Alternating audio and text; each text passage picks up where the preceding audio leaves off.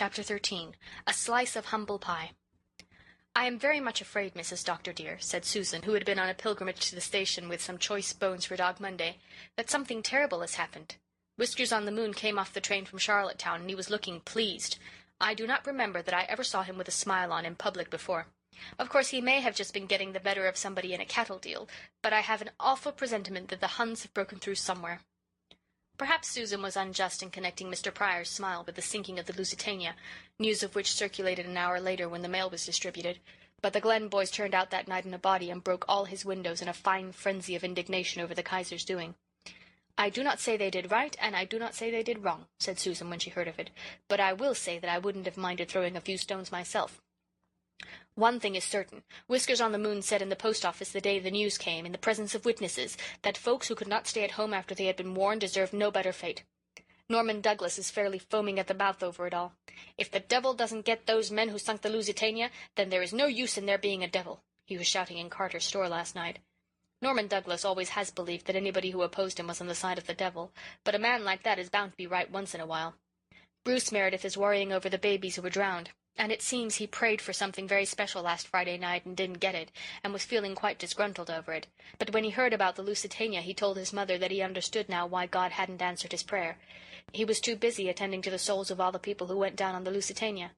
That child's brain is 100 years older than his body, Mrs. Doctor dear. As for the Lusitania, it is an awful occurrence, whatever way you look at it. But Woodrow Wilson is going to write a note about it, so why worry? A pretty president, said Susan, banging her pots about wrathfully. President Wilson was rapidly becoming anathema in Susan's kitchen. Mary Vance dropped in one evening to tell the Ingleside folks that she had withdrawn all opposition to Miller Douglas's enlisting. "This Lusitania business is too much for me," said Mary brusquely. "When the Kaiser takes to drowning innocent babies, it's high time somebody told him where he gets off at. This thing must be fought to a finish.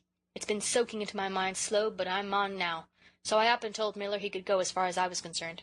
Old Kitty Alec won't be converted, though. If every ship in the world was submarined and every baby drowned, Kitty wouldn't turn a hair. But I flatter myself that it was me kept Miller back all along, and not the fair Kitty. I may have deceived myself, but we shall see."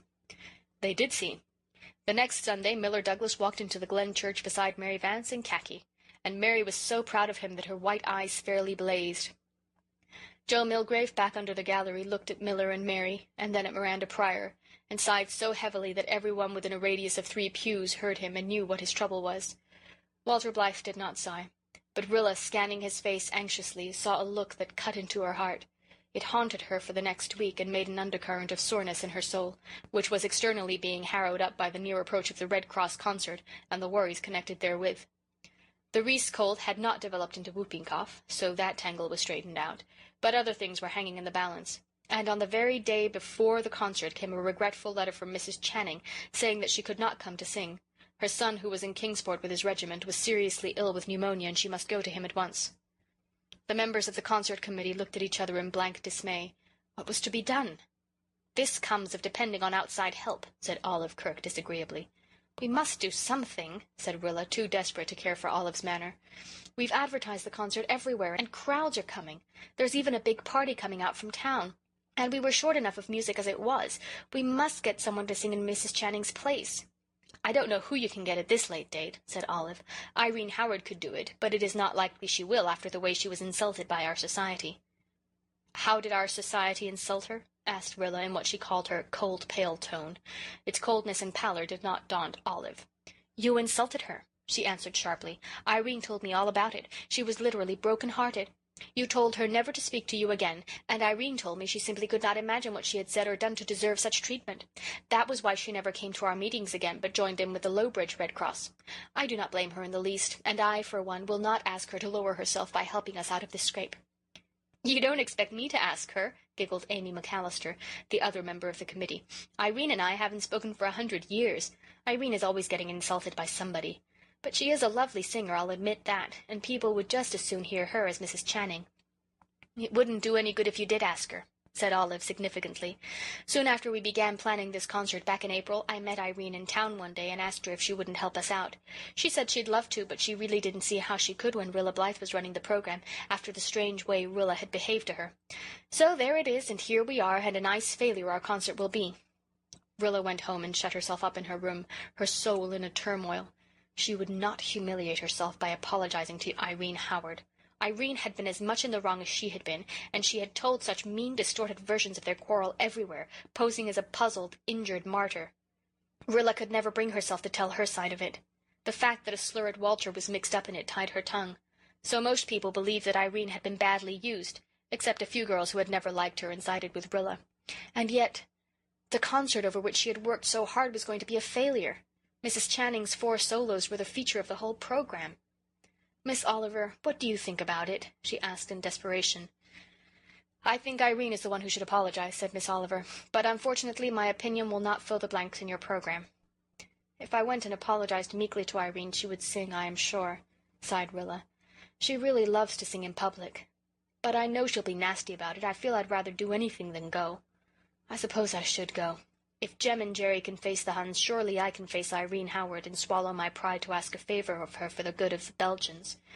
Just at present I feel that I cannot do it, but for all that I have a presentiment that after supper you'll see me meekly trotting through Rainbow Valley on my way to the Upper Glen Road." Rilla's presentiment proved correct. After supper she dressed herself carefully in her blue beaded crepe, for vanity is harder to quell than pride, and Irene always saw any flaw or shortcoming in another girl's appearance. Besides, as Rilla had told her mother one day when she was 9 years old, it is easier to behave nicely when you have your good clothes on. Rilla did her hair very becomingly and donned a long raincoat for fear of a shower, but all the while her thoughts were concerned with the coming distasteful interview, and she kept rehearsing mentally her part in it. She wished it were over. She wished she had never tried to get up a Belgian relief concert. She wished she had not quarrelled with Irene. After all, disdainful silence would have been much more effective in meeting the slur upon Walter. It was foolish and childish to fly out as she had done. Well, she would be wiser in the future. But meanwhile a large and very unpalatable slice of humble pie had to be eaten, and Rilla Blythe was no fonder of that wholesome article of diet than the rest of us. By sunset she was at the door of the Howard house, a pretentious abode with white scroll work around the eaves and an eruption of bay windows on all its sides. Mrs. Howard, a plump, voluble dame, met Rilla gushingly and left her in the parlour while she went to call Irene. Rilla threw off her raincoat and looked at herself critically in the mirror over the mantel. Hair, hat, and dress were satisfactory. Nothing there for Miss Irene to make fun of. Rilla remembered how clever and amusing she used to think Irene's biting little comments about other girls. Well, it had come home to her now. Presently Irene skimmed down, elegantly gowned, with her pale, straw-coloured hair done in the latest and most extreme fashion, and an over-luscious atmosphere of perfume enveloping her. "Why, how do you do, Miss Blythe?" she said sweetly. "This is a very unexpected pleasure." Rilla had risen to take Irene's chilly fingertips, and now, as she sat down again, she saw something that temporarily stunned her. Irene saw it too as she sat down, and a little amused, impertinent smile appeared on her lips and hovered there during the rest of the interview. On one of Rilla's feet was a smart little steel-buckled shoe and a filmy blue silk stocking. The other was clad in a stout and rather shabby boot in black lisle. Poor Rilla! She had changed, or begun to change, her boots and stockings after she had put on her dress. This was the result of doing one thing with your hands and another with your brain. Oh, what a ridiculous position to be in, and before Irene Howard of all people, Irene who was staring at Rilla's feet as if she had never seen feet before. And once she had thought Irene's manner perfection. Everything that Rilla had prepared to say vanished from her memory. Vainly trying to tuck her unlucky foot under a chair, she blurted out a blunt statement. "I've come to ask a favour of you, Irene." There! Lisping! Oh, she had been prepared for humiliation, but not to this extent. Really, there were limits. "Yes?" said Irene in a cool, questioning tone, lifting her shallowly set, insolent eyes to Rilla's crimson face for a moment, and then dropping them again as if she could not tear them from their fascinated gaze at the shabby boot and the gallant shoe. Rilla gathered herself together.